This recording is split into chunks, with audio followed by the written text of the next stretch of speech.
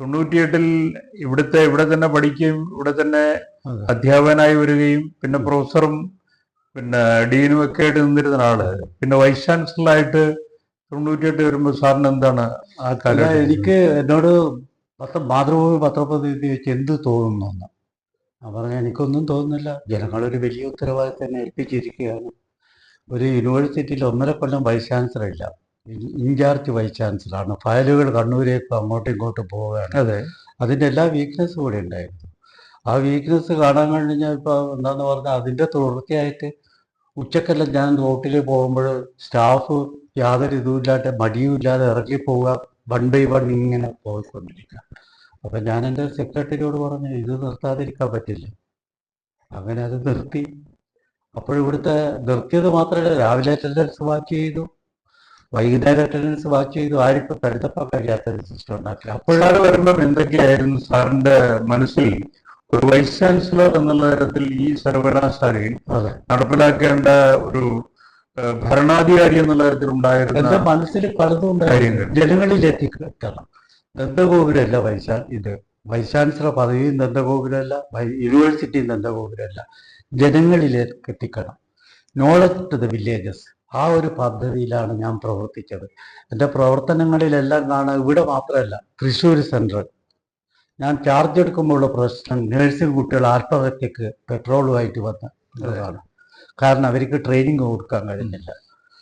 അവർ ചോദിക്കുന്നൊരു ചോദ്യം എന്തായിരുന്നു പറഞ്ഞാൽ, തൃശ്ശൂർ എഞ്ചിനീയറിംഗ് കോളേജ് അല്ല മെഡിക്കൽ കോളേജിൽ നേഴ്സസിൽ ഇത് പരിശീലനമുണ്ട്, എന്തുകൊണ്ട് കോഴിക്കോട് കിട്ടുന്നില്ല? ആദ്യം ആ പ്രശ്നം ഞാൻ പരിഹരിച്ചു, പരിഹരിക്കാൻ വേണ്ടി ശ്രമിച്ചു. അതിൽ തലശ്ശേരിയിലെ കോപ്പറേറ്റീവ് സൊസൈറ്റിയിൽ എന്നോട് അടുത്തുകൂടി നിന്നു. അവസാനം നമ്മുടെ നേഴ്സിംഗ് കോളേജ് നമുക്ക് നടത്താൻ കഴിയില്ല എന്ന് തോന്നിയിട്ട് അവരെ കണ്ടത് എടുപ്പിച്ചു.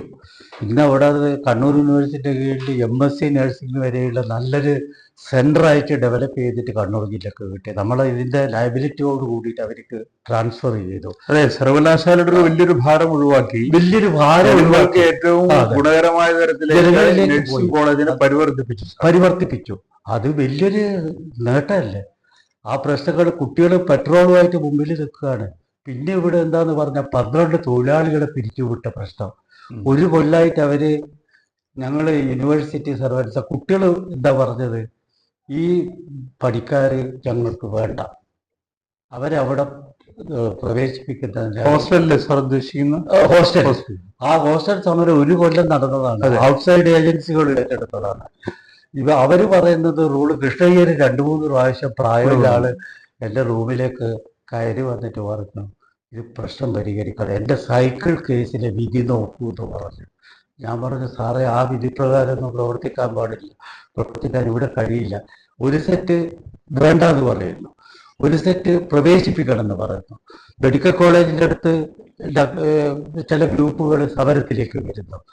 ഇങ്ങനെ യൂണിവേഴ്സിറ്റി ആടി ഒരേമ്പോൾ സിൻഡിക്കേറ്റ് എല്ലാവരും എന്നോട് സുഹൃത്ത് സാറേ എന്താണെന്ന് വെച്ചാൽ VC എന്താണെന്ന് വെച്ചാൽ നോക്കിക്കോളൂ.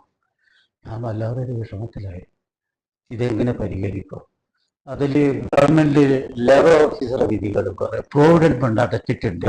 ഇവരെങ്ങനെ പണി കൊടുക്കും? കുട്ടികൾ സ്വീകരിക്കണമല്ലോ, ഭക്ഷണം കൊടുക്കുന്ന കുട്ടികൾ. അവർ പറയുന്നത് ഞങ്ങളെ മുമ്പിലേക്ക് പ്ലേറ്റ് വലിച്ചെറിഞ്ഞു. അങ്ങനെയുള്ളവർ ഇവിടെ വന്നത് 12 പേരെ വന്നിട്ടുണ്ട്. അപ്പോൾ ഇത് സ്വീകരിക്കാൻ ഒരൊറ്റ വഴി എനിക്ക് എൻ്റെ ബുദ്ധിയിൽ തോന്നുന്നുണ്ട്. ഇവിടെ ഒരു തകർന്ന വിമൻ അസോസിയേഷൻ അറിയാം. ഞാനതിലെ പ്രൊഫസറെ വിളിച്ചു. എൻ്റെ ഭാര്യയിൽ അതിൽ പണിയെടുത്തവരാണ്. അവരോട് പറഞ്ഞു, നിങ്ങൾക്ക് എന്ത് സഹായം വേണമെങ്കിലും ചെയ്തു തരാം, നിങ്ങൾ ഇവരെ എംപ്ലോയ് ചെയ്തിട്ട് ഭക്ഷണത്തിൻ്റെ മേൽനോട്ടം നിങ്ങൾ ഏറ്റെടുക്കണം എന്ന് പറയാം. പണം വർദ്ധിപ്പിക്കാനും പാടില്ല, നിങ്ങൾ പ്രശ്നങ്ങൾ നോക്കൂ.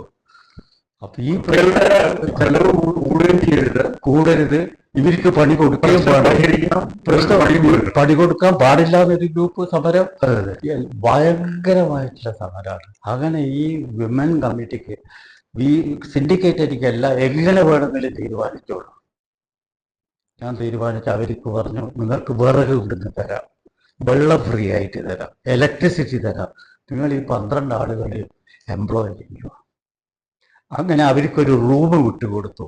അവർക്ക് സോപ്പ് ചീർപ്പെല്ലാം വെക്കാൻ വേണ്ടിയിട്ട് വേറൊരു റൂം കൊടുത്തു. ഇതോടുകൂടിയിട്ട് അവരാ പ്രശ്നം പരിഹരിച്ച് ഇവരെ തിരിച്ചെടുത്തു.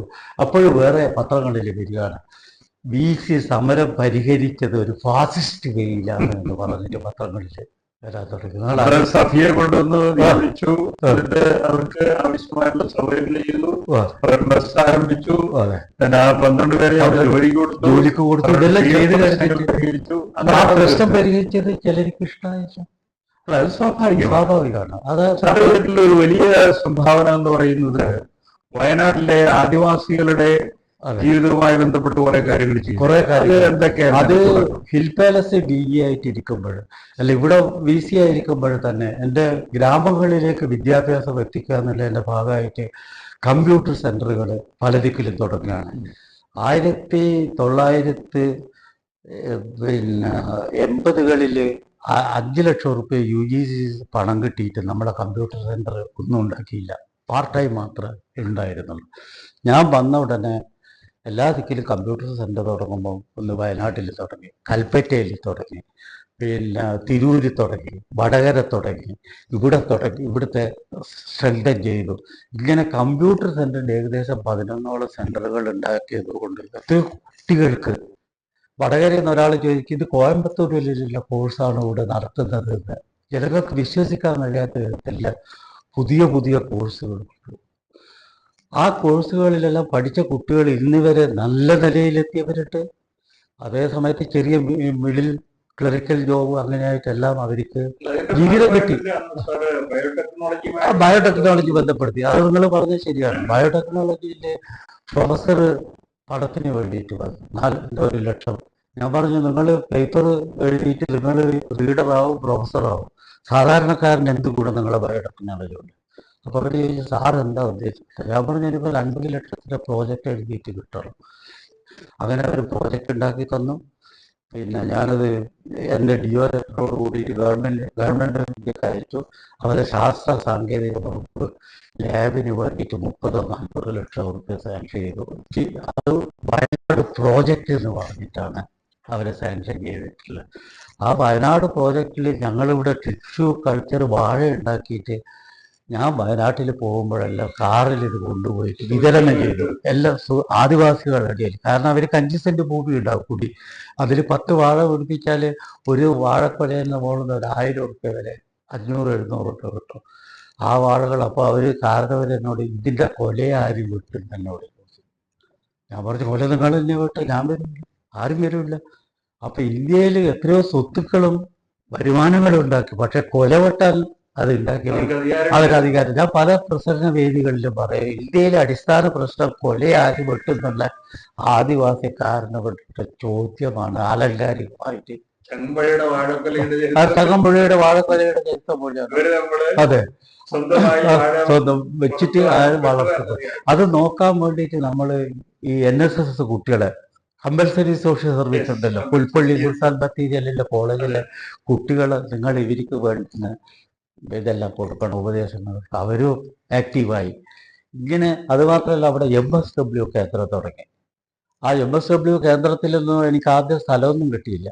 ആ സ്ഥലം കിട്ടിയപ്പോൾ അവിടെ MSW തുടങ്ങി. അവിടെ MSW പാസ്സായ പഞ്ചായത്ത് വകയില്ല, ഒരു ഹിൽഡ എന്ന് പറഞ്ഞിട്ടൊരിതുണ്ടായിരുന്നു. അയാളെ തന്നെ അതിൻ്റെ ചാർജ് ഓഫീസറാക്കി. അയാൾക്കൊരു ചെറിയ റെമ്യൂണറേഷനെ കൊടുത്തുള്ളൂ. അവർ 30 കുട്ടികളെയൊക്കെ. അപ്പോൾ അവർ ഈ ആദിവാസി സമൂഹത്തിൽ ഇപ്പോൾ തൃശ്ശൂർ ഇതുണ്ട്, MSW ഉണ്ട്, പക്ഷെ അവർക്കൊന്നും ആദിവാസികളുടെ ഇടയിൽ അവരെ മനോഭാവം തന്നെ മാറി. ആദ്യം അവർ അഡ്മിഷനെല്ലാം വന്ന സമയത്ത് ഷൈനിങ് ഷൂസെല്ലാം ധരിച്ചിട്ട് വന്നത്. പിന്നെ രണ്ടാമത് ഞാൻ പോകുമ്പോൾ ആദിവാസി കോളനിയിൽ അവരെ കൂട്ടിയിട്ട് ഞാൻ പോയി തറയിലിരുന്നു. ആദിവാസികളോട് ചോദിച്ചു, നിങ്ങൾ ഉച്ചക്ക് ഭക്ഷണം കഴിക്കാം? അവരെ ഒരു ഭക്ഷണവുമില്ല. ആ ദാരിദ്ര്യമെല്ലാം കണ്ടിട്ട് ഇവരെ മനോഭാവം തന്നെ കുട്ടികളെ മാറിയതായിട്ട് എനിക്ക് തോന്നുന്നത്. ഒരു സാംസ്കാരിക പരിവർത്തനം അവിടെ ഉണ്ടായി. അതിന്റെ കൂടുതൽ സാറിന് പറയാവുന്ന മറ്റൊരു കോൺട്രിബ്യൂഷൻ ആണെന്ന് എനിക്ക് തോന്നുന്നത് പ്രസിൽ പുതിയ BSc കോഴ്സുകൾ. അതെ, BSc കോഴ്സുകൾ തുടങ്ങിയിട്ട് ഇതിപ്പോൾ കോഴിക്കോട് ഏറ്റവും ഡെവലപ്ഡ് ചെയ്ത ഒരു പ്രസ്. അവിടെ BSc സർട്ടിഫിക്കറ്റ് എടുത്തവനാണ്. അവൻ ജപ്പാനീസ് മിഷൻസിലെ technology. Printing technology. അത് പ്രിന്റിംഗ് ടെക്നോളജി സാധാരണക്കാരിലേക്ക് എത്തിക്കുമ്പോൾ 5 മണി വരെ പൂട്ടിപ്പോകുന്ന ഏർപ്പാട് ഞാൻ മാറ്റിയിട്ട് 6 മണി മുതൽ 8 മണി വരെ പ്രസ് പ്രവർത്തിച്ചു. 30 ആളുകൾക്ക് SLC തോറ്റതോ പ്രീ ഡിഗ്രി പാസ്സായതായിട്ട് ആളുകൾക്ക് ട്രെയിനിങ് കൊടുത്തു. അവർക്കെല്ലാം വെബ് വെബ്സൈറ്റ് എന്ന് പറഞ്ഞ 35 ലക്ഷം റുപ്യേൻ്റെ ആ മെഷീനിൽ ഞങ്ങൾ ട്രെയിനിങ് കൊടുത്തു. അപ്പം അവരെ മുഴുവൻ പത്രക്കാർക്ക് ആവശ്യമുണ്ട്. ആ പത്രക്കാർക്ക് ആവശ്യമില്ല. ഇതിൽ ഒരാളെ ഞാൻ ഇവിടെ മംഗലാപുരം അതിന്റെ പ്രത്യേകത ഞാൻ കാണുന്നത് അന്ന് ഈ തരത്തിലേക്കുള്ള പ്രിന്റിംഗ് ടെക്നോളജിയുമായി ബന്ധപ്പെട്ടിട്ടുള്ള ഒരു കോഴ്സ് കേരളത്തിൽ വേറെ ഒരിടത്തുമില്ല. വേറെ എടുത്ത് നിൽക്കുന്നില്ല. ആദ്യമായിട്ട് ഇത് തുടങ്ങി വെക്കാൻ വേറൊരു കാരണമുണ്ട്. ഞാൻ വന്നപ്പോൾ ഓഡിറ്റ് ഒബ്ജക്ഷൻ റിപ്പോർട്ട് കാണുന്ന ഓരോ കൊല്ലം 50 ലക്ഷം 60 ലക്ഷം നഷ്ടമാണ് പ്രസ്സിന്. അപ്പോൾ എന്താണ് പ്രസ്സിന്റെ പ്രശ്നം എന്നല്ല പഠിക്കാൻ ഞാനൊരു കമ്മീഷനെ വെച്ചു. ആ ദിനേശൻ കമ്മീഷൻ റിപ്പോർട്ട് തന്നാൽ ഇത് മോഡേണൈസ് ചെയ്തില്ലെങ്കിൽ ഇത് പൂട്ടുന്നതാണ് നല്ലത്. ഈ കൈകൊണ്ട് അച്ചുവറുക്കിയിട്ട് ടെക്നോളജി മാറിക്കൊണ്ടുവരിക. അപ്പോൾ ആ ടെക്നോളജി മാറ്റത്തിനനുസരിച്ചാണ് വെബ് ഓഫ്സെറ്റ് വാങ്ങിയത്. അപ്പോൾ വെബ് ഓഫ്സെറ്റ് 24 മണിക്കൂറും നമുക്ക് 1 മണിക്കൂർ റെസ്റ്റ് കൊടുക്കൊണ്ട് പ്രവർത്തിക്കാൻ കഴിയുക മെഷീനാണ്. അപ്പോൾ ഈ മെഷീനിൽ ട്രെയിനിങ് കുട്ടികൾക്ക് കിട്ടിയതോടുകൂടി എല്ലാ പത്രങ്ങളും അവർക്ക് ആവശ്യമുണ്ട്. നല്ല ജോലി കിട്ടുക. അപ്പോൾ അതിന്റെ ഭാഗമായിട്ടല്ല നമ്മുടെ ഭാരതീയ എഡ്യൂക്കേഷൻ ഡിപ്പാർട്ട്മെന്റ് പുസ്തകങ്ങൾ അച്ചടിച്ച് അത് വേറെ ഒരു പ്രശ്നമാണ്. അപ്പോൾ ഈ ഞാൻ പ്ലാനിംഗ് ബോർഡിനെ കണ്ടപ്പോൾ 1 കോടി റുപ്യ എനിക്ക് തരണം എന്ന് പറഞ്ഞപ്പോൾ എന്നോട് ഗുലാത്തി അന്ന് വൈസ് ചെയർമാൻ ചോദിച്ചു, നിങ്ങളോട് ആരാ പ്രസ് തുടങ്ങാൻ പറഞ്ഞത്? ഞാൻ പറഞ്ഞു, ഞാൻ തുടങ്ങിയതല്ല, എൻ്റെ ലെഗസിയാണ്, ഇൻഹെറിറ്റൻസ് ആണ്. അത് പറയുമ്പോൾ അദ്ദേഹം എഴുന്നേറ്റ് നിന്ന് കൂപ്പിക്കൊണ്ട്, എനിക്കിപ്പോഴും ഓർമ്മയുണ്ട്, ഞാൻ പറഞ്ഞത് പിൻവലിച്ചു. അയാൾ 1 കോടി റുപ്യ തന്നു. അപ്പം ഞാനൊരു എഗ്രിമെൻ്റ് ഗവൺമെൻറ്റുമായിട്ട് വെച്ചു. ഗവൺമെൻറ്റിന് വേണ്ടുന്ന എല്ലാ പാഠപുസ്തകങ്ങളും അടിച്ച് കോപ്പറേറ്റീവ് സൊസൈറ്റി മുഖാന്തരം ആ കേന്ദ്രങ്ങളിൽ എത്തിക്കാൻ ഗവൺമെൻറ് പറയുന്നവരെ ആരും എഗ്രിമെൻ്റ് മുഴുവൻ ആ പാഠപുസ്തകങ്ങൾ മുഴുവൻ ഞങ്ങൾ അടുപ്പിച്ചു. അതിന് വില അന്ന് 15 റുപ്യ. ഞാനിവിടുന്ന് വിഡ്രോ ചെയ്ത് പോകുമ്പോൾ ഗവൺമെൻറ്റിനൊരു സർട്ടിഫിക്കറ്റ് ഇത് കൊടുത്തു, ലെറ്റർ മുഖ്യമന്ത്രിക്കും കൊടുത്തു, അന്നത്തെ വകുപ്പിലെ ഹയർ എഡ്യൂക്കേഷൻ സെക്രട്ടറിക്ക് കൊടുത്തു. ഞാൻ ഇന്ന ദിവസം പോവുകയാണ്, നിങ്ങൾ അറിയുമല്ലോ. പിന്നെ കാലിക്കറ്റ് യൂണിവേഴ്സിറ്റിക്ക് കൊടുക്കേണ്ട ഗ്രാൻഡിൽ 1 കോടി റുപ്യ നിങ്ങൾക്ക് കുറവ് ചെയ്യുക ഓരോ വർഷവും, പ്രൊവൈഡഡ് ഈ ടെക്സ്റ്റ് പുസ്തകങ്ങൾ മുഴുവൻ നിങ്ങൾ യൂണിവേഴ്സിറ്റിയിൽ അടിക്കാൻ ഏൽപ്പിക്കണം, പ്രീ ഡിഗ്രി ഇല്ല. പക്ഷേ പിന്നെ ഞാൻ കാണുന്നത് 15 റുപ്യ വിറ്റ പാഠപുസ്തകം 25 റുപ്യക്ക് സ്വകാര്യമായിട്ട് പ്രസ്സുകൾ അടിച്ച് വിതരണം ചെയ്യുന്നതാണ്. ഞാനതിന് ഉത്തരവാദിയല്ല. ഭാഗമായിട്ട് യൂണിവേഴ്സിറ്റിയുടെ നടപടിയുടെ ഭാഗമായിട്ട് ചുരുങ്ങിയ ലെവലിൽ ചുരുങ്ങിയ ചെലവിൽ നമ്മുടെ വിദ്യാർത്ഥികൾക്ക് കിട്ടിയത് കൊടുത്തു. 15 റുപ്യക്ക് കൊടുത്തു. അത് പിന്നെ എങ്ങനെ 25 റുപ്യ ആകുമ്പോൾ there is no protest from society. എന്തുകൊണ്ട് പ്രൊട്ടസ്റ്റ്? എന്തുകൊണ്ട് എൻ്റെ ലെറ്റർ അവർ നെഗ്ലക്ട് ചെയ്തു? 1 കോടി റുപ്യ നിങ്ങൾ ഗ്രാൻഡ് കൊടുക്കണ്ട, ഞങ്ങൾക്ക് ഈ പുസ്തകം കിട്ടിയാൽ മതി, കച്ചവടം കിട്ടിയാൽ മതി എന്ന്. അപ്പം അങ്ങനെ ഡെവലപ്പ് ചെയ്ത പ്രസ്, ഞാനൊരു മാനേജ്മെൻറ്റ് സ്പെഷ്യലിസ്റ്റ് അല്ല, എൻ്റെ കോമൺ സെൻസ് ഉപയോഗിച്ചുകൊണ്ട് ചെയ്ത കാര്യങ്ങൾ. പ്രസ്സിൽ പല പ്രശ്നങ്ങളുണ്ട്. 5000 റുപ്യേൻ്റെ മീതിയുള്ള സാധനങ്ങൾ വാങ്ങണമെങ്കിൽ കൊട്ടേഷൻ വിളിക്കണം. കൊട്ടേഷൻ വിളിച്ചിട്ട് വരുമ്പോഴേക്ക് 10 ദിവസമാകും. അപ്പോൾ 10 ദിവസം പ്രസ് കടലാസ് ഉണ്ടാവില്ല. ഇപ്പോൾ കോഴിക്കോട് ഒരൊറ്റ പ്രസ് ഇത് പേപ്പർ ബിസിനസ്സുകാർ യൂണിവേഴ്സിറ്റിക്ക് കടം കൊടുക്കില്ല. ഞാൻ മാർക്കറ്റിൽ നടന്നു, VC നടന്നിട്ട് പറഞ്ഞു നിങ്ങൾ പേപ്പർ തരണം. അപ്പോൾ അവർ പറഞ്ഞത് കാലിക്കറ്റ് യൂണിവേഴ്സിറ്റിക്ക് പേപ്പർ തരില്ല, നിങ്ങൾക്ക് വേണമെന്ന് തരാമെന്ന് പറഞ്ഞു. അപ്പോൾ അവർക്ക് കൃത്യസമയത്ത് ബില്ലിൽ പറയുന്ന ദിവസം പണം കൊടുക്കേണ്ട സംവിധാനം ഇവിടെയാക്കി. അപ്പോൾ കടലാസ് വന്നു. അപ്പോൾ രാവിലെ തന്നെ ഫസ്റ്റ് കോൾ പ്രസ്സിലേക്കായിരുന്നു 9 മണിക്ക്. പിന്നെ നിങ്ങൾ മോർണിംഗ് വാക്കിന് പോയിരിക്കുന്നതുകൊണ്ട് അത് എന്താണ് നിങ്ങളെ പ്രശ്നം? അപ്പം മഷിയില്ല. മഷി 10,000-10,000 വാങ്ങണമെങ്കിൽ അവർ കൊട്ടേഷൻ വേണം. അത് VCക്ക് മാത്രമേ ഇളവ് ചെയ്യാൻ അധികാരമുള്ളൂ. അതെല്ലാം ഞാൻ ഇളവ് ചെയ്ത് കൊടുത്തു. അവർ 24 hours റണ്ണിങ് ഇലക്ട്രിസിറ്റി. ആ ഇലക്ട്രിസിറ്റി നിന്നാൽ എന്ത് ചെയ്യും? പിന്നെ മെഷീൻ തുടച്ച് ലെവലാക്കാൻ വേണ്ടി 2 മണിക്കൂർ ലോസ് വരും.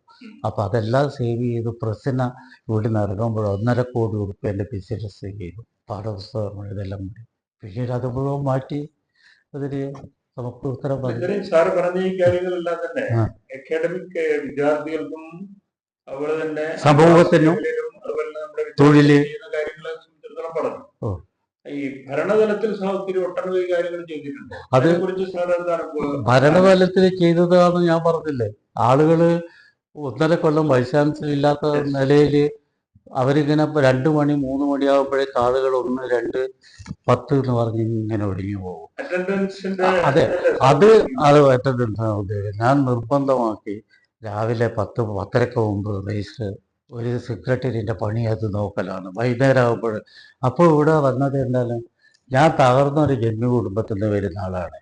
അല്ലയോ ജന്മി തമ്പുരാന്, ചെറുമക്കൾ അല്പം വൈകി പറഞ്ഞ് വലിയ വലിയ ലഘുലേഖകൾ ഇറക്കി. അതായത് ഗവൺമെന്റ് പണി ഇവിടെ യൂണിവേഴ്സിറ്റിയിൽ പറഞ്ഞ ജനങ്ങൾ വിശ്വസിച്ച് ഒരു പണിയെടുക്കാതെ ശമ്പളം വാങ്ങുന്ന ഒരു സ്ഥാപനം എന്ന് വിചാരിച്ചത് ഞാൻ ആദ്യമായിട്ട് നൽകി. അതിനെതിരായിട്ട് പരിഹാസ ലഘുലേഖനങ്ങളും ഇതെല്ലാം വന്നിട്ടുണ്ട്. പക്ഷെ അത് വളരെ ന്യൂനപക്ഷമല്ലേ ഉണ്ടായിരുന്നു. അത് അത്രേ ഉള്ളൂ. ബഹുഭൂരിപക്ഷം പണിയെടുത്തിട്ടുണ്ട് സംഘടനകൾ. പ്രത്യേകിച്ച് അതെ, ഏറ്റവും വലിയ സംഘടനയായ കാലിക്കറ്റ് യൂണിവേഴ്സിറ്റി എംപ്ലോയീസ് യൂണിയൻ അതെ, ജീവനക്കാർ ഓഫീസിലും ജോലി ചെയ്യണം എന്നുള്ള നിലപാടിന്റെ ഭാഗമായി അതെ, അറ്റൻഡൻസ് പരിശോധന വളരെ കൃത്യമായി നടത്താൻ സാറിന് കഴിഞ്ഞിരുന്നില്ല. കഴിഞ്ഞു. വൈസ് ചാൻസലർ ഓഫീസിൽ അറ്റൻഡൻസ് എടുപ്പിക്കുകയും അത് കൃത്യമായിട്ട് 2 മണിക്ക് ശേഷം എത്തിച്ചു കൊടുക്കുകയും 4 മണിയാകുമ്പോൾ പോവുകയും ചെയ്യുമ്പോൾ അതിന്റെ ഭാഗമായിട്ട് സർവകലാശാലയുടെ പ്രവർത്തനം ആർക്ക് വേണ്ടിയിട്ടാണോ ഉദ്ദേശിക്കുന്നത് അവർക്ക് എത്തിക്കാത്ത അതിൽ സാറിന് അതിനൊരു തൃപ്തി തോന്നിയിട്ടില്ല. ഇല്ല, തൃപ്തി തോന്നിയിട്ടുണ്ടല്ലോ. തൃപ്തി തോന്നിയിട്ടുണ്ട്. അതായത് സാധാരണക്കാരന് ഒരു 4 മണിക്ക് വന്നാലും ആളുകളെ കാണാൻ കഴിയും, പ്രൊഫസേഴ്സ് വന്നാൽ അത് കാണാൻ കഴിയും. അപ്പൊ ഭരണതലത്തില് ഈ പെൻഷന് വേണ്ടിയിട്ട് ഭരണതലത്തിൽ അധ്യാപന മേഖലയിൽ മാത്രമല്ല സാർ നടത്തി. അതെ, ജനങ്ങള് അധ്യാപന മേഖലയിൽ സാർ നടത്തി. അധ്യാപകരെ ക്ലാസ് എടുക്കുന്ന അതെ, അവർക്ക് ഇതെല്ലാം ബാധകമായി, എല്ലാവർക്കും ബാധകമായി. അപ്പൊ ടീച്ചിങ്ങില് ഇൻഡിപെൻഡന്റ് എന്ന് പറയുന്നത് നിയമവിധേയാണ്. നമുക്ക് ഡിപ്പാർട്ട്മെന്റിൽ നിന്ന് ഒളിച്ചോടാനൊന്നും ഒരു സ്വാതന്ത്ര്യം ആരും തരുന്നില്ല. അവിടെ ഉണ്ടാവണം, കുട്ടികൾക്ക് സംശയം തീർത്തു കൊടുക്കണം, ലൈബ്രറി ഉപയോഗിക്കണം, ഇതെല്ലാം ചെയ്യണം. എഞ്ചിനീയറിംഗ് ഡിപ്പാർട്ട്മെന്റിന്റെ വർക്ക് സ്ട്രീം ലൈൻ ചെയ്യുന്നതിന് വേണ്ടിയിട്ട് ചില പ്രവർത്തനങ്ങൾ സാർ നടത്തി. അതെ, അതിനെക്കുറിച്ച് സാർ എന്താ തോന്നുന്നത്? എല്ലാ എഞ്ചിനീയറിംഗ് ഡിപ്പാർട്ട്മെന്റിന്റെ തന്നെ ഒരു നിയോഗം പോലെയാണ് അതെല്ലാം ഉണ്ടായത്. ജേക്കബ് സാർ ഒരു മീറ്റിങ്ങിൽ പറഞ്ഞു, വിദ്യാഭ്യാസ മന്ത്രി 2000 സീറ്റ് കിട്ടാൻ പോവുകയാണെന്ന്. അപ്പോൾ 1 കോടി റുപ്യ ഇവിടെ പലിശയായിട്ട് കിടക്കുന്നുണ്ട്, ആ ഉപയോഗിക്കണം എന്നല്ല AGന്റെ എത്രയോ റിപ്പോർട്ടുകളുണ്ട്. അപ്പോൾ ഞാൻ പറഞ്ഞു, Calicut starting an engineering college. പിന്നെ അപ്പോഴും തന്നെ NOC എഴുതിയിട്ട് ഞാൻ പറഞ്ഞു സെക്രട്ടറിയിൽ. പിന്നെ ഇത് എൻ്റെ ഉദ്ദേശം വയനാട്ടിൽ നേരിട്ട് നടത്തണമെന്നായിരുന്നു, ഏറ്റവും ബാക്ക്വേർഡ് ഡിസ്ട്രിക്റ്റിൽ. ഞാൻ ഭൂമിക്ക് വേണ്ടിയിട്ട് പലരെ സമീപിച്ചു, ആരും ഭൂമി തന്നില്ല. അപ്പോൾ ഇത് സറണ്ടർ ചെയ്യാതെ ഇവിടെ തന്നെ ഏറ്റവും ബാക്ക്വേർഡ് പാറക്കെട്ടുകളായിട്ടുള്ള സ്ഥലത്ത് കോളേജ് സ്ഥലങ്ങള് ജനങ്ങളെ സ്ഥലം വിറ്റതിന്റെ പലിശ. അതെ, അതെ, അത് നിങ്ങൾ അറിയുന്ന അത് ചെയ്തത് സ്ഥാപിച്ചത്. അല്ലെ, നമ്മളിത് കേരളത്തിന്റെ റിപ്പബ്ലിക്കായിട്ടാണ് ഇവിടെ തുടങ്ങിയത്. അതേസമയത്ത് തന്നെ അതിൽ വരുന്ന ചില ഭാഗങ്ങൾ നമ്മൾ ഒഴിവാക്കിയാൽ ഇതുപോലത്തെ ആരോപണങ്ങൾ വരാൻ സാധ്യതയുണ്ട് എന്ന് കണ്ട് അതിന്റെ ഭാഗമായിട്ടുണ്ടാക്കിയ 2 വർക്ക് കൂടി സാറിന് ഓർമ്മയുണ്ട്. ഒന്ന് നമ്മളുടെ ഇപ്പോഴത്തെ ഓപ്പൺ എയർ ഓഡിറ്റോറിയം. അതെ, open air auditorium history Congress നടത്താൻ വേണ്ടിയിട്ടുണ്ടാക്കി. രണ്ടാമത്തെ സാറിന്റെ ഏറ്റവും വലിയൊരു കോൺട്രിബ്യൂഷൻ ആണ് ലൈബ്രറിന്റെ പാർക്ക്. അത് ഞാൻ വരുന്നത് സ്റ്റുഡന്റ് ആയിരിക്കല്ല, അധ്യാപകനായിരിക്കുമ്പോൾ പെൺകുട്ടികൾ എൻ്റെ കുട്ടികൾ ഹിസ്റ്ററി കുട്ടികളെല്ലാം കയ്യിൽ പോളയുണ്ടായിരുന്നു, കൈക്കോട്ടെടുത്തിട്ട് കുത്തി. ആ പാർക്കെല്ലാം ഇങ്ങനെ ശൂന്യമായിട്ട് കിടക്കുക. എൻ്റെ മുഴുവൻ അറ്റൻഷനും പാർക്കിലേക്ക് പോയി. ആ പാർക്കിൽ പോയതോട് കൂടിയിട്ട് എന്തായി, ജലസേചനം. ബോട്ടണി ഡിപ്പാർട്ട്മെന്റിൽ അന്ന് വരെ വെള്ളമില്ല. എഞ്ചിനീയർ കോളേജിൽ നിന്നൊരു സ്റ്റാഫ് വിളിച്ചു പറഞ്ഞു വെള്ളം കിട്ടാത്ത ദുരിതമായിരുന്നു. അവിടെ കുളം വന്നതോടുകൂടി water source, running water source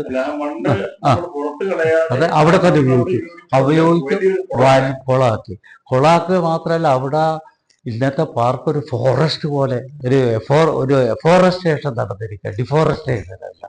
അപ്പൊ ഇതെല്ലാം ചെയ്ത് തുറന്നു കൊടുത്തു. 6 മണിക്ക് മുഴുവൻ അവർക്ക് തുറക്കാം. അവിടെ ഇത് വൃക്ഷായുർവേദത്തിന്റെ ഷോ കോട്ട് ചെയ്തു. അപ്പൊ ഗവർണർ വന്നിട്ട് എന്താ ഇതിന്റെ അർത്ഥം എന്ന് ചോദിച്ചു. അപ്പൊ ഞാൻ പറഞ്ഞു, ഒരു വൃക്ഷം എന്ന് അല്ല, ഒരു കുളം ഒരു വൃക്ഷം ഇതെല്ലാം ഈക്വലാണ്. ഒരു ഇതായിട്ട് വൃക്ഷം 10 പുത്രന്മാർക്ക് ഈക്വലാണെന്നല്ല വൃക്ഷായുർവേദത്തിലെ ഒരു ശ്ലോകമെല്ലാം അവിടെ എഴുതി വെച്ചിട്ട് ആളുകൾക്ക് വലിയൊരു ബോധം കൊടുത്തു. ഈ പാർക്ക് കുട്ടികൾ ഉപയോഗിക്കൽ വൈകുന്നേരം അവിടെ ഒരു കഫറ്റേറിയ, ചെറിയ കഫറ്റേറിയ, അതിന് കോൺട്രാക്ട് കൊടുത്തിട്ട് ഈ ഐസ്ക്രീം കുട്ടികൾ വാങ്ങാം. അതെ അതെ, ഇത് അത് ഇടിച്ചിതാക്കി. അപ്പോൾ ഈ ഞാൻ ഇപ്പൊ ഇന്ന് എഞ്ചിനീയറിംഗ് കോളേജിൽ പോയപ്പോൾ കണ്ടത്, ഞാൻ അവിടുത്തെ നട്ട മരങ്ങൾ, ആ മരങ്ങൾ 18-20 ആളുകൾ പൊന്തി മരന്ന് പന്തലിച്ചിട്ട് നിൽക്കുന്ന കണ്ടപ്പോൾ എനിക്ക് ഭയങ്കര സന്തോഷമായി. ഈ ആശയം എനിക്ക് എവിടുന്ന കിട്ടിയത്? എൻ്റെ ആശയമല്ല. മൂർക്കോത്ത് രാമണ്ണി എന്ന് പറഞ്ഞ IAS ഓഫീസർ, അയാൾ ഫൈറ്റർ പൈലറ്റാണ്. അയാൾ എന്നോട് ഒരു ദിവസം പറഞ്ഞത്, കുറിപ്പ്, ഞാൻ പൂന നാവൽ അക്കാഡമിൻ്റെ ചെയർമാനായിരിക്കുമ്പോൾ 100-ൽ 25 റുപ്യ ഞാൻ ഉപയോഗിച്ചത് മരങ്ങൾ നട്ടുപിടിപ്പിക്കാനാണ്. ഇതെൻ്റെ മനസ്സിലുണ്ട്. അപ്പോൾ ഈ കല്ലിട്ട മുതൽ അരയാൻ മരങ്ങൾ, എൻ്റെ ഡ്രൈവർ പോലും മധുരയിൽ നിന്നാണ് ഒരു വേപ്പിൻ്റെ മരം കൊണ്ടുവന്നത്. അപ്പോൾ ഇത് പിന്നീട് പല ദിക്കിലേക്കും വ്യാപിക്കും. ഇപ്പോൾ തൃശ്ശൂർ കെട്ടിടത്തിൽ, അപ്പോൾ അതിലേക്ക് വന്നിട്ടില്ല, അതാ സ്കൂൾ ഓഫ് ഡ്രാമയിൽ ഞാൻ ചാർജ് എടുക്കുമ്പോൾ ദിവസം അവിടെ കെട്ടിടം വീണിട്ട് കുട്ടികൾ ചത്താൽ ഞങ്ങൾ ഉത്തരവാദിയല്ല മെമ്മോറാണ്ടം കൊണ്ടുവന്നത്. അപ്പോൾ തന്നെ ഡ്രാമ ഡിപ്പാർട്ട്മെൻറ്റും അത് നന്നാക്കൽ മാത്രമല്ല, അവിടെ ലൈബ്രറി കെട്ടിടം, കമ്പ്യൂട്ടർ സെൻറ്റർ, എക്കണോമിക്സിനെ കൊണ്ടുള്ള സർവേ റിപ്പോർട്ടുകൾ, ഇതെല്ലാം ഉണ്ടാക്കിയിട്ട് ഇന്നത് ഏറ്റവും വൈറ്റലായിട്ടുള്ളൊരു സെൻറ്ററാണ്. 14 കോടി റുപ്യയുടെ എസറ്റ് വരുന്ന ഒരു സാധനം യൂണിവേഴ്സിറ്റി ഞാൻ വരുന്നത് വരെ നെഗ്ലക്ട് ചെയ്തിട്ട് കിടക്കുകയായിരുന്നു, അനാഥമായിട്ട് കിടക്കുക. അപ്പൊ എൻ്റെ ഈ വൃക്ഷപ്രേമം കണ്ടിട്ട് അവിടുത്തെ ഒരു പ്യൂൺ റിട്ടയർ ചെയ്യുമ്പോൾ 40,000 റുപ്യക്ക് ഒരു തറയെ അതിൻ്റെ കെട്ടിക്കിട്ടിട്ട്, അപ്പൊ നിങ്ങൾ അതിലെ ആ മാനസിക പരിവർത്തനം, ഒരാളെ പറ്റിയിട്ട് ആ മനോഭാവത്തിന് മാറ്റം വരും. 40,000 റുപ്യ ആളെ സംബന്ധിച്ച് വലിയൊരു എമൗണ്ടാണ്, പക്ഷെ അയാൾ ആ തറയുണ്ടാക്കി. അപ്പൊ അത് പ്രധാനപ്പെട്ട ഒരു കാര്യം സാറ് ഓർമ്മയുണ്ടെന്ന് എനിക്കറിയില്ല. നമ്മുടെ ഹെൽത്ത് സെന്റർ, ജീവനക്കാർക്കോ അധ്യാപകർക്കോ കുട്ടികൾക്കോ ഗുണമില്ലാതെ ഹെൽത്ത് സെന്ററില്ലേ, രണ്ട് ഡോക്ടർമാര് വെറുതെ ഇരിക്കുക. ഒരുത്തന്റെ കാല് പുറത്തുനിന്ന് മുറിഞ്ഞു വന്നാൽ ഇവര് സ്ലിപ്പ് കൊടുക്കൂല. അത് എന്തായി, ഞാൻ ഡോക്ടറെ സസ്പെൻഡ് ചെയ്യേണ്ടി വന്നു. അത് ഞാനൊരു 11 മണിക്ക് എനിക്കതിൽ സങ്കടമുണ്ട്. ഞാനത് ചെയ്യുന്നതായിരുന്നു ഇപ്പോഴെനിക്ക് തോന്നുമായിരുന്നു, പക്ഷെ അതുകൊണ്ട് കാര്യമില്ല. അതെല്ലാം ഒരു ഇതുപോലെ വന്നു. 11-12 മണിക്ക് ഞാൻ അവിടെ പോയപ്പോൾ ഒരു കുട്ടി അവിടെ നിൽക്കുക, കൈ മുറിഞ്ഞിട്ട് എന്നോട് ആരുമില്ല, അവിടെ നേഴ്സും ഇല്ല, ഡോക്ടറും ഇല്ല, ഒന്നുമില്ല, അനാഥമായിട്ട് എക്യുപ്ഡ് ആണെന്നാണ്. ആളെ സസ്പെൻഡ് ചെയ്തു. സ്പെഷ്യൽ ഓഫീസറെ വെച്ചു. മെഡിക്കൽ കോളേജിലോട്ട് പ്രൊഫസറെ കൊണ്ടുവന്നിട്ട് അയാൾ പറഞ്ഞു, സ്പെഷ്യലിസ്റ്റ്, അതെ, അത് അവർ വന്നിട്ട് പറഞ്ഞു ഇത് മെഡിക്കൽ കോളേജിൽ നന്നാക്കണം. ഞാൻ ഡോക്ടറെ തിരിച്ചെടുത്തു, യാതൊരു പ്രശ്നമില്ലാണ്ട് തിരിച്ചെടുക്കുക മാത്രമല്ല, ചക്രപാണി എന്ന അയാളുടെ ഡോക്ടർ പേര്, അയാൾ റിട്ടയർ ചെയ്യുന്ന ദിവസം അയാൾ ഓഫീസിൽ പോയി, സാറ് എനിക്ക് പണമൊന്നും തരാനില്ല സാറ് പ്രൈവറ്റിൽ പോയ 1 ലക്ഷം റുപ്യ കിട്ടുന്നു. ഇവിടെ ഞാൻ കാറിൻ്റെ അലവൻസും തരും, ചെറിയൊരു തുകയും തരും. അല്ല, എനിക്കറിയില്ല, ചക്രപാണി രാമമൂർത്തി, യെസ്, പേര് തെറ്റി, ഓർമ്മയില്ല. അതെ, രാമമൂർത്തി. അങ്ങനെ വരുമ്പോൾ ഒരു ദിവസം 500 റൂപ്പി വരെ അയാൾ, അതെ, അയാൾ ഹെൽത്ത് സയൻസ് ഡിപ്പാർട്ട്മെന്റിൽ ക്ലാസ് എടുത്തു. ഇതൊന്നും ഒരു പണം വാങ്ങിയിട്ടല്ല, അയാൾ എന്നെപ്പോലെ കമ്മിറ്റഡ് ഡോക്ടറാണ്. അയാൾക്ക് നമ്മൾ അവാർഡ് കൊടുത്തിട്ടില്ല, ഗരി അവാർഡ് കൊടുത്തിട്ടില്ല. അതിന്റെ ബന്ധത്തിലാണ് നമ്മൾ പോയത്.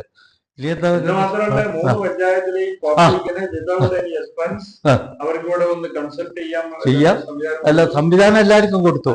മരുന്ന് കൊടുക്കണമെങ്കിൽ മരുന്നിന്റെ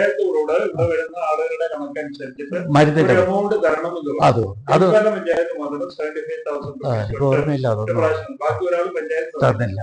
അതെ, ഇപ്പൊ ആ സ്ഥാപനം എന്ന് പറയുന്ന ഈ 3 പഞ്ചായത്തിലെയും ഹെൽത്ത് സെന്ററുകൾ വന്നിട്ട് പോലും ഏറ്റവും കൂടുതൽ അവർ ഉപയോഗിക്കുന്നത് ഈ കാലിക്കറ്റ് യൂണിവേഴ്സിറ്റി, ബിക്കോസ് യൂണിവേഴ്സിറ്റിയുടെ പേരതിലുണ്ട്. ഇപ്പൊ അമേരിക്കയിലും മറ്റു യൂണിവേഴ്സിറ്റി എന്ന് പറഞ്ഞാൽ അവരെ ഹെൽത്ത് സെന്റേഴ്സ് ഏറ്റവും അധികം അറിയുന്നത്. നമ്മളെന്ന് വെച്ചാൽ അന്ന് വെച്ചിട്ടുള്ള എഗ്രിമെന്റ് ഭാഗമായിട്ടുണ്ടായിട്ടുള്ള നിബന്ധനകൾ പാലിക്കാതെ വന്നുണ്ടായ ചില പ്രശ്നങ്ങൾ ഇപ്പോഴുണ്ട്. അതൊന്നും എനിക്കറിയാം. സാറിന്റെ കഴിഞ്ഞ കാലഘട്ടത്തിൽ നടത്തില്ല വൈസ് ചാൻസലർ എന്നുള്ള തരത്തിൽ സാറ് അധ്യാപകനായിരിക്കുമ്പോഴും വിദ്യാർത്ഥിയായിരിക്കുമ്പോഴും ഉണ്ടായുള്ള അനുഭവത്തിന്റെ അടിസ്ഥാനത്തിൽ ഒരു അഡ്മിനിസ്ട്രേറ്റർ ആയി വന്നപ്പോൾ ചെയ്തിട്ടുള്ള ചില നടപടികൾ ചില നടപടികൾ മാത്രമേ ഉള്ളൂ. പക്ഷെ എനിക്ക് തോന്നുന്നത് അക്കാഡമിക് രംഗത്തും വലിയൊരു മുന്നേറ്റം ഉണ്ടാക്കാൻ ആ കാലഘട്ടത്തിൽ കഴിഞ്ഞിരുന്നു. കഴിഞ്ഞില്ല, അതല്ല ഞാൻ പറഞ്ഞത്. അക്കാഡമിക് രംഗത്തിൽ കമ്പ്യൂട്ടർ സെന്റേഴ്സ് വന്നു. ഈ ഞാൻ വരുമ്പോൾ ചാർജ് എടുക്കുമ്പോൾ ഇവിടെ 2 3 BEd സെന്റേഴ്സ് ഉണ്ട്. അതെല്ലാം ക്ലോസ് ചെയ്യണമെന്നില്ല ഓർഡേഴ്സ് വന്നിരിക്കുക ഡൽഹിയിൽ നിന്ന്. അപ്പൊ ഞാൻ ഇപ്പോൾ ഗവൺമെന്റിന്റെ ആൾക്കാരോട് അന്വേഷിച്ച് ഞാൻ ഇതിനെതിരായിട്ട് ഹൈക്കോടതിയിൽ പോവുകയാണെന്ന് പറഞ്ഞു. നിങ്ങളെന്താ ചെയ്തോളൂ എന്ന് പറഞ്ഞു. ഹൈക്കോടതിയിൽ പോയി വിധി സമ്പാദിച്ച് സ്റ്റാറ്റിസ്റ്റിക്സ് വെച്ചിട്ട് ഇവിടെ ഇത് ആവശ്യമാണെന്ന് പറഞ്ഞു. അവർ പെർമിഷൻ തന്നു. കോടതി പെർമിഷൻ തന്നതിന് ശേഷമാണ് പിന്നെ എത്രയോ സെന്റേഴ്സ് തുടങ്ങി. ആ സെന്റേഴ്സിനെല്ലാം വടകര MEd വരെ. അത് വടകര സെന്റർ വന്നത് മാത്രമല്ല, ആ സ്ഥലം 80 സെന്റിൽ നിന്ന് എത്രയോ 80 കോടി വിലമതിക്കാവുന്ന സ്വത്ത് ഫ്രീ ആയിട്ട് യൂണിവേഴ്സിറ്റിക്ക് കിട്ടി. അതുപോലെ തന്നെ തൃപ്രയാറില് 2 സെന്റേഴ്സ് 2 നാഴികൾക്കുള്ളിൽ പാലക്കാട്, അതുപോലെ തന്നെ വയനാട്ടിലെ ഇതെല്ലാം സെന്റേഴ്സ് തുടങ്ങി എത്രയോ 1000 കുട്ടികൾക്ക് പഠിക്കാം, 1000 പേർക്ക് ജോലി കിട്ടിയാൽ കുട്ടികൾക്ക് പഠിക്കാം. ധാരാളം പ്രവർത്തനങ്ങൾ സാറോട് വരികയും ഈ ആ കാലഘട്ടത്തിൽ 98-2002 കാലഘട്ടത്തിലുള്ള ഒരു അഡ്മിനിസ്ട്രേറ്റർ എന്നുള്ള തരത്തിൽ, വൈസ് ചാൻസലർ എന്നുള്ള തരത്തിൽ സർവകലാശാലയുടെ പുരോഗതിക്ക് ആധാരമായിട്ടുള്ള കാര്യങ്ങൾ ചെയ്തിട്ടുള്ള ഒരു മുൻ വൈസ് ചാൻസലർ വീട്ടിൽ കാണുവാനും ഇവിടെ വെച്ച് സാറുമായിട്ട് അന്നത്തെ അനുഭവകഥകൾ പങ്കുവയ്ക്കാൻ കഴിഞ്ഞാൽ എനിക്ക് വളരെയധികം സന്തോഷമല്ലേ. These are all recollections. ഇതിലും എത്രയോ കാര്യങ്ങൾ ചെയ്തിട്ടുണ്ട്. അല്ല, അത് ഞാൻ പറയാം. അതിനു മുമ്പ് ഒന്ന് പറയാം. ഈ പെൻഷൻ എന്തുകൊണ്ട് റിട്ടയർ ചെയ്യുന്ന ദിവസം അഡ്മിനിസ്ട്രേഷനിൽ ഒരു പെൻഷനും റിട്ടയർ ചെയ്താൽ കൊടുക്കില്ല. 1 കൊല്ലം 2 കൊല്ലം കഴിഞ്ഞാൽ പ്രൊഫസർ ടു പ്യൂൺ ഇതിനു വേണ്ടി ചാലഞ്ച് ചെയ്തിരിക്കുകയാണ് ഇവിടെ. അപ്പോൾ ഞാൻ പറഞ്ഞു, റിട്ടയർ ചെയ്യുന്ന ദിവസം അവർക്കൊരു സെൻഡ് ഓഫ് കൊടുക്കണം, ഫോട്ടോ എടുക്കണം, അയാളെ എല്ലാ പേപ്പറും കൊടുക്കണം. എൻ്റെ ഫൈനാൻസ് ഓഫീസർ അതിന് എതിരായി ചെക്കടക്കം കൊടുക്കുന്നു. അപ്പോൾ ചെക്ക് കൊടുത്ത് എല്ലാം കൊടുത്ത് അവർ ടീ പാർട്ടി കൊടുത്ത്. അപ്പോൾ എല്ലാ യൂണിയനെയും ഞാൻ ക്ഷണിക്കും. പിന്നെ ക്രമേണ ഈ യൂണിയനെല്ലാം എല്ലാം ചീത്ത പറയാനുള്ള ഒരു അവസരമാക്കിയിട്ട് ഇത് ഉപയോഗിച്ചത് കൊണ്ട് ഞാൻ പിന്നെ ടീ പാർട്ടി ഞങ്ങൾ മാത്രമായിട്ട് കൊടുത്തു. അവരെ പോവുക. അപ്പോഴേ അതോടെ എൻ്റെ ഫൈനാൻസ് ഓഫീസർ എന്നോട് പറഞ്ഞത് അതൊന്നും ചെയ്യാനാവില്ല എന്ന് സാറേ എന്ന് പറഞ്ഞു. ഞാൻ പറഞ്ഞു, എന്നാൽ പിന്നെ ഒരു കാര്യം ചെയ്യും, നിങ്ങൾ ഇവിടെ ഇരിക്കും, ഞാൻ അവിടെ പോയി. പിന്നെ അയാൾ അതെല്ലാം ചെയ്യേണ്ടി വന്നു. അത്തരം കാര്യങ്ങൾ പിന്നെ കുറച്ച് വർഷം കൂടി തുടർന്നു. പിന്നെ ഇങ്ങനെ പോയി നിർത്തലാക്കപ്പെട്ടു. അതെങ്ങനെ അൻവർ ജഹാൻ സുബൈറിയുടെ കാലഘട്ടം നമ്മൾ വീണ്ടും സ്റ്റാർട്ട് ചെയ്തു. പിന്നെ നിന്നു. പിന്നെ വന്നിട്ട് 2 വൈസ് ചാൻസലർ കാലഘട്ടത്തിൽ ഒക്കെ തകർത്തു. അതെങ്ങനെ ഇവിടുത്തെ ശക്തമായ യൂണിയൻ അനുവദിച്ചു? അല്ല, ഞാൻ നമുക്കിപ്പോ ഈ ചരിത്രത്തിലേക്ക് പോകുമ്പോൾ സാറിന്റെ ഏറ്റവും പ്രധാനപ്പെട്ട കോൺട്രിബ്യൂഷൻസിലേക്ക് പോകണം എന്നുള്ളത് കൊണ്ട് ഞാൻ ഒരു കാര്യം മാത്രമേ പറയുന്നുണ്ട്. സാറിന്റെ ഇന്നത്തെ ഫാഷൻ ടെക്നോളജി അത് ഭയങ്കരാണ്. അതൊക്കെ ബോർഡർ സ്റ്റഡീസ് വരില്ല. ഞാനതിൽ ഇപ്പോൾ ഈ ഭാഗം കൺക്ലൂഡ് ചെയ്യുന്നതിൽ എനിക്ക് ഒരൊറ്റ കാര്യം കൂടി ഓർപ്പിക്കാനുള്ളത്. എന്താ വെച്ച് കഴിഞ്ഞാൽ ഇന്നത്തെ സർവകലാശാലയുടെ ഒരു അവസ്ഥയെ കുറിച്ചും ഉന്നത വിദ്യാഭ്യാസ രംഗത്ത് നടക്കുന്ന ഗവർണറുടെ ഇടപെടലിനെ കുറിച്ചും സാറിന് എന്താണ് പറയാനുള്ളത്? അല്ല, ഗവർണർ അങ്ങനെ ഇടപെടുന്നത് വിധി ഉണ്ടായിട്ടും അതെ, അത് ഏറ്റവും നിയമലംഘനമായിട്ടാണ് കാണുന്നത്. ഹൈക്കോടതി എന്ന് പറഞ്ഞാൽ ഭരണ സുപ്പീരിയർ അതോറിറ്റി അല്ല, അവരെ നമ്മൾ മാനിക്കണം. അതിന് നെഗ്ലക്ട് സുപ്രീം കോടതിയുടെ വിധിയുണ്ട്, ഹൈക്കോടതിയുടെ 2 വിധി വന്നിട്ടുണ്ട്. സിസാർ തോമസിന്റെ നിയമനവുമായി ബന്ധപ്പെട്ടുള്ള ക്ലാരിഫിക്കേഷൻ ഡിവിഷൻ വെച്ച് കൊടുത്തേണ്ട അന്ന് പിറ്റേ ദിവസമാണ് 2 യൂണിവേഴ്സിറ്റികളുടെ വൈസ് ചാൻസലർമാരെ അനധികൃതമായി ഇല്ലീഗലായിട്ട് നിയമിച്ചത്. ഇതിനെക്കുറിച്ച് സാറിന് എന്താണ്? അത് അഭിപ്രായം എന്ന് പറയാൻ ഹൈയായിട്ട് അത് ചെയ്യാൻ പാടില്ല. അധികാരം ഉണ്ടെന്ന് വിചാരിച്ചിട്ട് ചെയ്യാൻ പാടുണ്ടോ? നമ്മൾ കോടതിയുടെ വിധികളെ മാനിക്കണ്ടേ? മുൻ വൈസ് ചാൻസലർമാരെന്നുള്ള കാര്യത്തിലും നിങ്ങൾക്കൊരു വലിയ പങ്ക് വഹിക്കാനുണ്ട് ഈ കാര്യത്തിൽ. ഇതിലൊരു അഭിപ്രായം അല്ല,